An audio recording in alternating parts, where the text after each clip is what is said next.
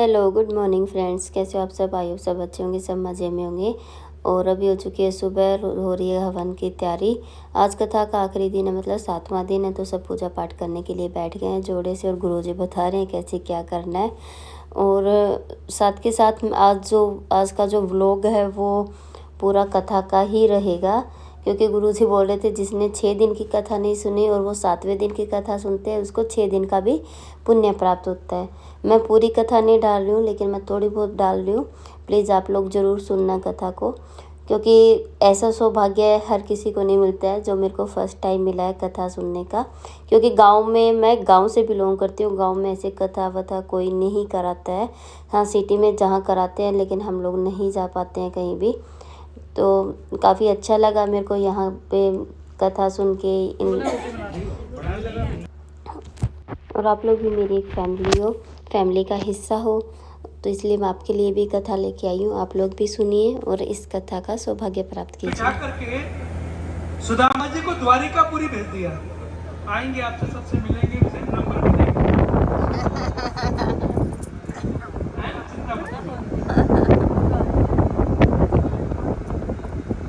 भगवान सुखदेव जी कहते सुदामा जी महाराज द्वारिका पहुंचे।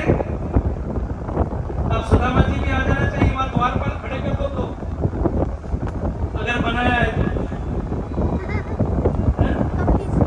सारे गीत गाओ, सुदामा जी आएंगे तो द्वार पर उनको रोकेंगे। बोलिए वृंदावन बिहारी लाल की।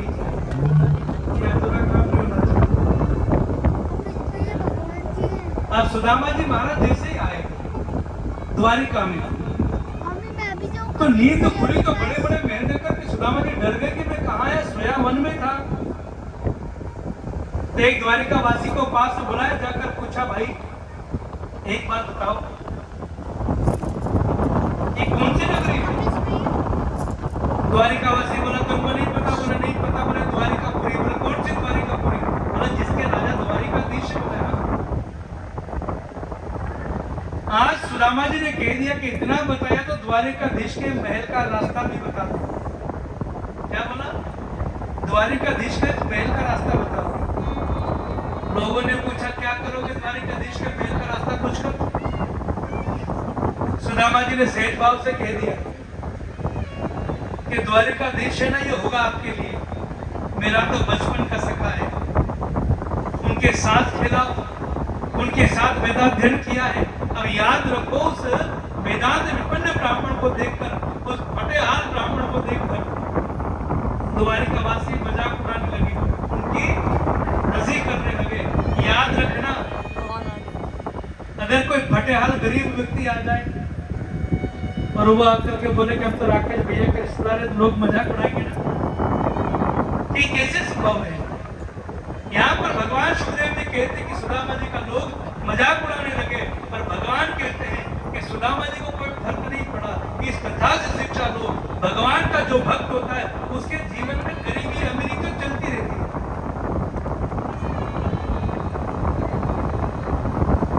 याद रखना, गरीब होना अमीर होना कोई बड़ा विषय नहीं है। याद रखना, गरीब हो तो भी कोई बात नहीं, अमीर हो तो भी कोई बात नहीं। तो सुदामा जी महाराज उन्होंने कहा भैया रास्ता बता दो। कहते किसी ने तो नहीं बताया। एक तो नया आई और सुदामा को द्वारिकाधीश के महल पर जाकर छोड़ दिया। और सुदामा जी ने द्वारपालों से पूछा, जैसे सीधे महल में प्रवेश करने लगे, ये सुदामा जी हिसाब से आ रही क्या?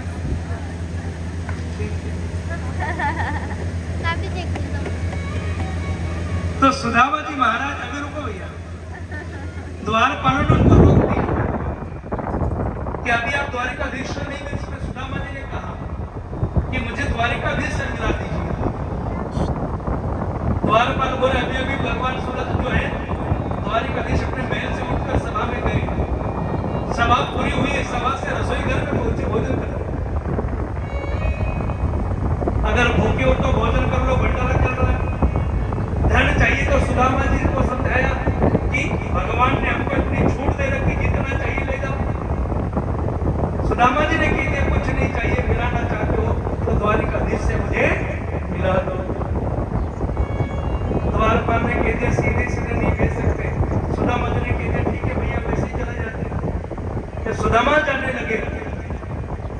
तो द्वारपालों ने कह दिया, बोले महाराज उनको पहले मैं जाता हूँ, द्वारिकाधीश से पूछ कर आता हूँ, अगर उनकी आज्ञा होगी तो भेज दूंगा। अशुभ सवार हुआ द्वारपाल और जाने लगा, और जाते जाते सुदामा से पूछा, भैया महाराज आपका कोई आइडेंटिटी कार्ड हो तो दे दो, क्या जाकर तुमको कौन मिलने आया है? तो सुदामा ने अपनी दयनीय स्थिति का वर्णन भागवत में किया है। जाओ जाकर कहना, क्या कहना है कि शीश पगाना, शीश पगाना जगह तन पे, अरुपाह उपाहन की नहीं सामा, धोती फटी से घटी दुपटी, प्रभु जाने को आई बसो। जाओ जाकर कहना कि द्वार खड़ो द्विज दुर्बल एक, देख रहो चकी सोब सुधा विरामा, पूछत दीन दया को धाम, और बतावत आपन नाम सुधा। जाओ जाकर कहना सुदामा अशुभ सवार हुआ द्वारपाल भगवान के पास पहुंचो, भैया एक कोई नहीं नौकरी पर लगने पर करना आता नहीं, महाराज भी जाओ।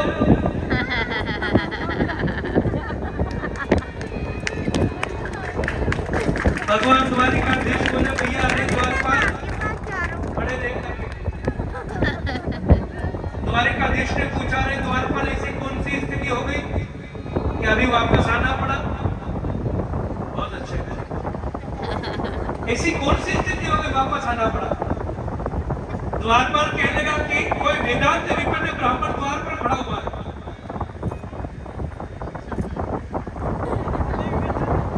भगवान बोले जो मांगे दे दो। द्वारपाल बोला कुछ नहीं मांगता, ना धन चाहिए ना कोई संपत्ति मांगता है। भगवान बोला फिर क्या चाहिए? द्वारपाल बोला वो आपसे मिलना चाहता है। भगवान बोले भैया मुझसे मिलने के लिए ब्राह्मणों को संतों को रोक टोक कब से हुई? ये कानून किसने बनाया? द्वारपाल बोला महाराज मुझे तो ऐसा लगता है कि थोड़ा सा पागल है। भगवान बोले भैया पागल होने की कोई निशानी तो होगी ना? द्वारपाल बोला बात भी बेहकी बेहकी कर रहा है। अरे तन पर कपड़े तो है पर फटे हाल है और बात कर रहा बेहकी, बोले क्या कर रहा है? भगवान बोले नाम तो बताया होगा ना? अरे बोले फटे हाल ब्राह्मण, तन पर कपड़ा नहीं है, सर पर टोपी नहीं है। भगवान बोले भैया गरीब होना कोई पागल होने की निशानी तो नहीं है। भगवान ने पूछा भैया नाम तो बताया होगा ना? तो द्वारपाल ने नाम बताया है। बोले हाँ प्रभु याद आया कि शीश पगाना जगह तन पे, अरुपा उपाहन की नहीं सामा, धोती फटी सी लठी दुपटी, प्रभु जाने को आई बसो यही ग्रामा। प्रभु याद आया कि द्वार खड़ो द्विज दुर्बल एक, देख रहो चकी सोब सुधा अभिरामा, पूछत दीन दयाल को धाम, और बतावत आपनो नाम सुदामा। द्वारपाल ने सुधा सु बुलाए और भगवान ने कहा सुदामा है। दौड़ करके भगवान बोले दौड़ करके सुदामा सुदामा सुदामा सुदामा, और अपनी अंक में सुदामा को भर लिया है। ऐसे करके अंक में भर लिया। भगवान ने पूछा सुदामा तू मुझे भूल गया? कहते आज भगवान खूब रोए और सुदामा को पकड़ करके सुदामा को लेकर भगवान अपने महल में पहुंचे हैं। बोले वृंदावन बिहारी चली शाम सुंदर से मिलने सुदामा हरे राम। देव जी कहते परीक्षित, भगवान ने जब सुदामा के पैरों में बड़े बड़े कांटे कंकड़ पत्थर चुभे देखे तो आंखों से अश्रुपात होने लगा। थोड़ा सा रुक जाइए, थोड़ा सा रुको। है ना, सुदामा जी तो आ गए हिसार से, भगवान आ गए इंदौर से, और द्वारपाल पूना से आ गए। बोलिए वृंदावन बिहारी लाल। और एक द्वारपाल अहमदाबाद से आ गए। चारों कोनों से। सुदामा जी की सेवा भगवान कर रहे थे, पैरों में बड़े बड़े कांटे देख करके। और सुदामा जी के पैर में भगवान दबा रहे थे ना, तो आज रुक्मिणी को लगा कि भगवान को हुआ क्या, मैं ब्राह्मणों का सम्मान होना चाहिए पर अपना सिंहासन दे दिया। भगवान समझ गए कि रुक्मिणी के मन में संशय है। भगवान ने कहा रुक्मिणी पता नहीं है, ब्राह्मण देता है पात्र भर कर लाओ, चरण तुलाए। और रुक्मिणी जल का पात्र लेने के लिए पहुंची है। और भगवान ने जब सुदामा के पैर को उठा करके देखा और पैरों में जब दीवारियां देखी, कांटे लगे हुए देखे, तो उस दयनीय स्थिति को देखकर भगवान की आंखों में भी अश्रुधारा बहने लगी। भगवान कहने लगे कि ऐसे भी हाल दीवाइन सो पुनः कंठ पे जाल लगे पग जोए। आए महादुख पायो सखत आए बीते न बीते दिन। दैनिक से लेकर भगवान सुदामा जी के पाद प्रक्षालन किया है। पाद प्रक्षालन करने के बाद जल से पैर धुलाइए।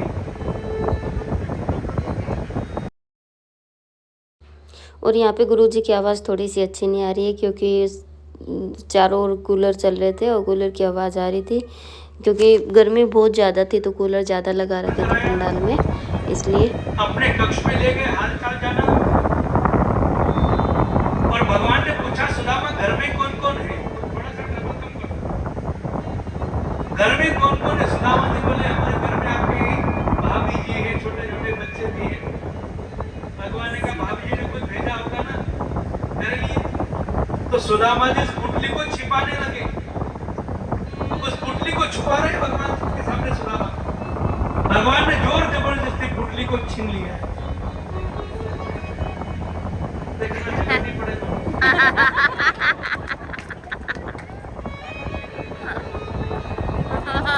दे दो भैया सुदामा जी पुतली।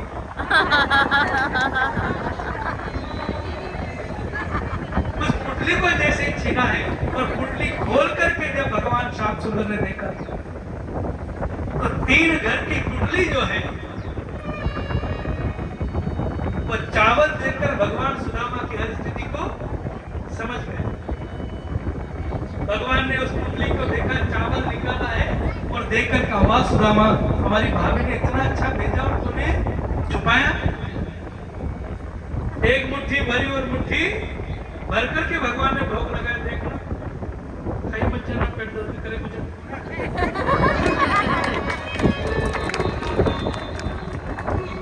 पहली मुट्ठी का भोग लगाया, दूसरी मुट्ठी का फिर भोग लगाया, तीसरी मुट्ठी खाने लगे। जैसे कपिल कलाकार है ना, कपिल वो पुटली छीन ली है भगवान ने। पहली मुट्ठी का भोग लगाया, दूसरी लगाई, तीसरी भगवान खाने लगे। रुक्मिणी ने आकर हाथ पकड़ लिया। नाथ क्या कर रहे हो? ऐसा भागवत कहती है कि 2 लोग का नाथ क्या सुदामा जी। भगवान सुखदेव जी कहते हैं परीक्षित, सुदामा जी महाराज ने अपने घर की स्थिति बताई नहीं है और उन मुट्ठी चावल देख करके भगवान सब समझ गए। इस कथा से शिक्षा लो, भगवान के सामने दुनिया भर के रोने रोते हो ना, ये रोना बंद कर दो। भगवान से सिर्फ उसकी भक्ति करो। भगवान को सब पता है कि आपके घर की स्थिति क्या है, सब पता है। सुदामा जी को भोग लगाया, सुदामा जी भोजन करते हैं। भगवान ने देखा कि फटे हाथ ब्राह्मण है, अपने पीताम्बर धारण करा और पीताम्बर धारण करके समय बीता है, हालचाल जाना, हालचाल जानने के बाद सुदामा ने कहा मित्र अब मैं जाऊं? भगवान बोले बिल्कुल जाओ। सुदामा जी बोले भारी कंजूस आदमी, एक बार भी नहीं बोल रहा कल चले जाना। ये सुदामा ने कहा जाओ, बोले हाँ बिल्कुल जाओ। सुदामा जी वहां से चलने लगे। सुदामा जी उठ करके जाने लगे। भगवान सुखदेव जी कहते हैं परीक्षित, भगवान ने कहा रुको मित्र। सुदामा जी ने सोचा बेचारा कुछ देगा क्या है, बोले रुको।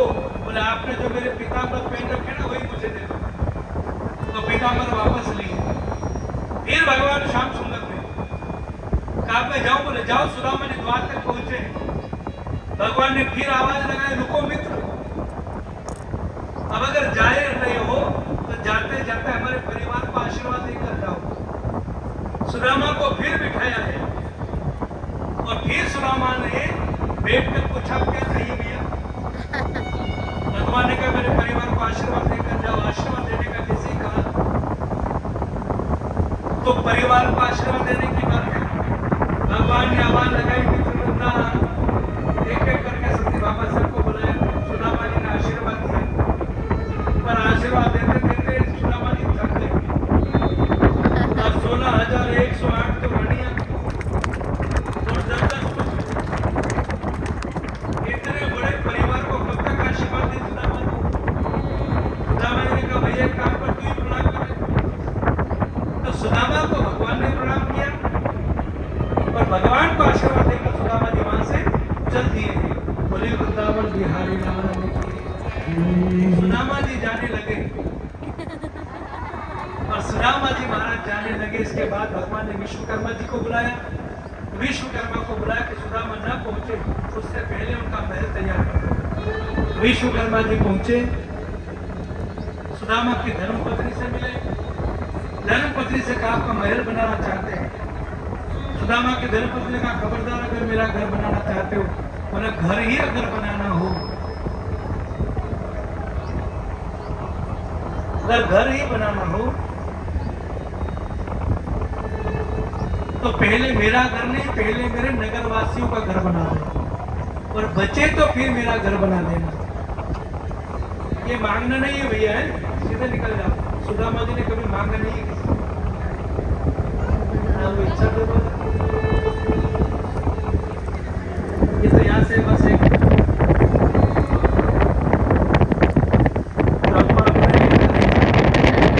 वृंदावन बिहारी। विश्वकर्मा जी पहुंचे, सुदामापुरी में परिवर्तित किया और परिवर्तित करने के बाद भगवान सुदामा पहुंचे, जाकर के अपने घर में रहे। और घर में रहे तो सुदामा ने पूछा सुशीला ये सब कैसे हुआ? तो सुशीला ने एक ही बात कही, बोले ये भगवान ने दिया है। सुदामा ने कहा कि मेरे सामने तो कुछ नहीं दिया, तो भगवान ने कितना दिया ये मुझे पता नहीं था। इस कथा से शिक्षा लो, आज अपने पास जो भी है वो सब भगवान की कृपा से ही है। याद रखना, भगवान देते हैं तो पता नहीं चलता कब दे, किस रूप में दे, कितना दे। हम लोगों के मन में शांति नहीं है, याद रखना। आज जितना भगवान ने दिया सब उसने दिया है और उतना दिया है तो मन शांत होना चाहिए। सुदामा जी ने धर्मपूर्वक उस धन का उपयोग किया, धर्म में लगाया, मन से इच्छा पूरी हुई और मन में जाकर भगवान का भजन किया। बोला वृंदावन बिहारी कृष्ण कन्हैया लाल की। सीखा शांत रहना। नदियों में बाढ़ आती है पर समुद्र में सीखा कभी सुना कि बाढ़ आती है? जितनी भी नदियां बाढ़ आती है समुद्र में जाकर के शांत हो जाती है। समुद्र की तरह अपने जीवन को बनाओ। गलतियां किसी से हो जाए तो क्षमा करो, ठीक है? अग्नि से क्या सीखा? अग्नि से सीखा जितना डाला स्वाहा, कल की चिंता नहीं। इसी प्रकार साधु को भी, भगवान के भक्त को भी कल की चिंता न करके आज जो है उसमें सदैव प्रसन्न रहना चाहिए। हम क्या करते हैं, कल के चक्कर में आज को भी खराब कर देते हैं, ठीक है? आपका रुपया नहीं चाहिए, आपका पैसा नहीं चाहिए, आपका धन नहीं चाहिए, आपका गेहूं नहीं चाहिए, आपका कपड़ा नहीं चाहिए। अगर हमको दक्षिणा देना चाहते हो तो अपने जीवन की जितनी भी बुराइयां हैं, गलत आदतें जो है, उनकी टोटली बात कर हमारी भागवत पर चढ़ा कर चले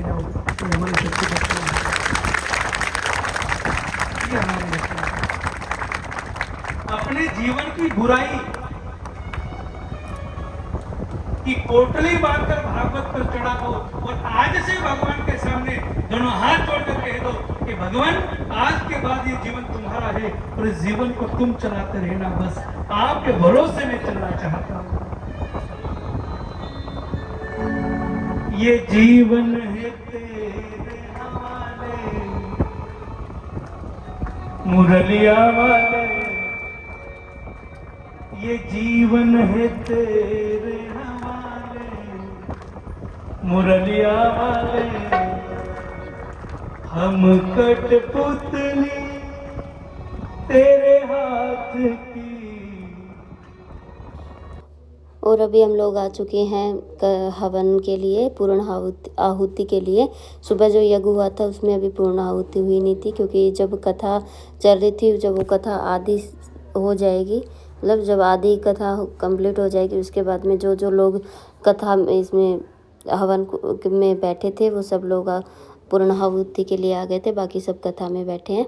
तो चलिए फ्रेंड्स, यहीं पे वीडियो को एंड करती हूँ। अगर आपको वीडियो अच्छी लगी तो प्लीज़ लाइक कीजिएगा, न्यू है तो सब्सक्राइब कीजिए, और मिलते हैं नेक्स्ट आपको अच्छी सी प्यारी सी वीडियो में। तब तक के लिए बाय बाय, टेक केयर। और प्लीज़ आपसे रिक्वेस्ट है कि आप पूरा व्लॉग देखना और आप भी कथा सुनना। आप सभी को राधे राधे, जय श्री कृष्णा।